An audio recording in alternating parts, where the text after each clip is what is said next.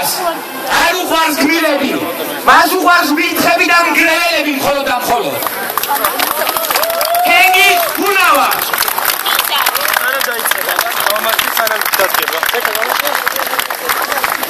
დიდი მადლობა ყველას ლოგარებისათვის პირველ რიგში. დღესაც საქართველოში ხდება პირდაპირ მნიშვნელობით არის დიქტატურა. ზეთომა თავისუფალ მედიაზე. დაგავებები იმ ხელისუფლების ყოფილი მაღალ ჯიროსნების. რაც დღეს ხორციელდება საქართველოში, ეს არის პირდაპირი პოლიტიკური დევნა. მე მინდა ყველას ყველას გითხრათ. არ მეშინია არავისი, კარგად აიმახსოვრონ პატივცემულობა ბიძინამ და პატარა ბიძინებმა. დაუმარჯოს საქართველოს.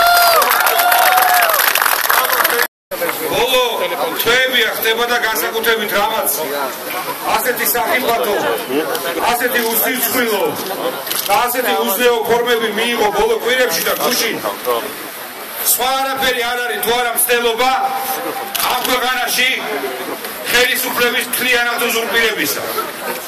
ივანიშვილის რეჟიმს გადაწყვეტილი აქვს, რომ ამ ქვეყანაში მოახდინოს სრული უზურპაცია ხელისუფლებისა. სწორედ ამისთვის სჭირდება მას თავისუფალი მედიის განადგურება, ყველა მედია საშუალების განადგურება, რომელსაც პირადად ის და მისი ოჯახი არ აკონტროლებს. სწორედ ამის გამო არის დაჭერილი ნიკა გვარამია. არანაირი სხვა მიზეზი, არანაირი სხვა არგუმენტი აქ არ არსებობს. ის რაც ჩვენ მოვისმინეთ ბრალდების სახით, ეს არის სამარცხვინო რამ. ადამიანებს აკავებენ ორ კომერციულ სუბიექტს შორის სრულიად ლეგალური გარიგებით. ეს საქმე საერთოდ არ არსებობს. საქმე არის ერთი. საქმე არის თავისუფალი ტელეკომპანიის დირექტორის დაპატიმრება. ეს დაპატიმრებები ხორციელდება მხოლოდ და მხოლოდ ერთი მიზეზით. მხოლოდ და მხოლოდ ერთი ნიშნით. ეს არის სურვილი საქართველოში განადგურდეს ოპოზიცია. ბატონმა ივანიშვილმა ბრძანა, რომ პროკურატურას და რიგები არ შემცირდება, თუ ჩვენ არ შევისწრით რიტორიკას. ქალბატონმა წულუკიანმა იუსტიციის მინისტრმა ბრძანა, რომ მისი მიზანია გაანადგუროს ნაციონალური მოძრაობა. რამდენიც არ უნდა დაიჭირონ, ვინც არ უნდა დაიჭირონ, სუროყირაზე დადგენ. ერთსაც და მეორესაც პირობას ვაძლევ. ვერც ერთი მიაღწევს თავის მიზანს და ვერც მეორე მიაღწევს თავის მიზანს. ოპოზიცია საქართველოში იარსებებს ნაციონალურ მოძრაობას ვერ გაანადგურებენ იმ ადამიანებს, რომლებსაც ამ ქვეყანაში შუქი მოიყვანეს.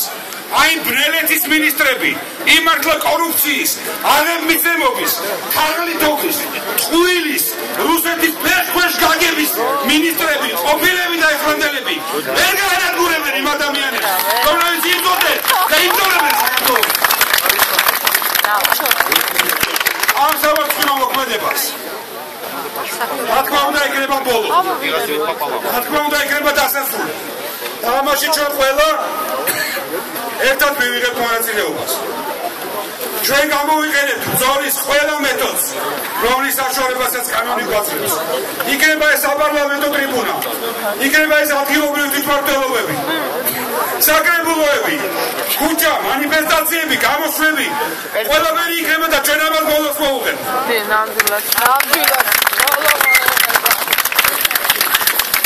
ეს ადამიანები ვერ ხვდებიან ერთ რაღაცას. ჩვენ მაცავი არასოდეს კეთილდღეობისთვის არ გვიბრძოლია. არასოდეს კამებისთვის არ გვიბრძოლია.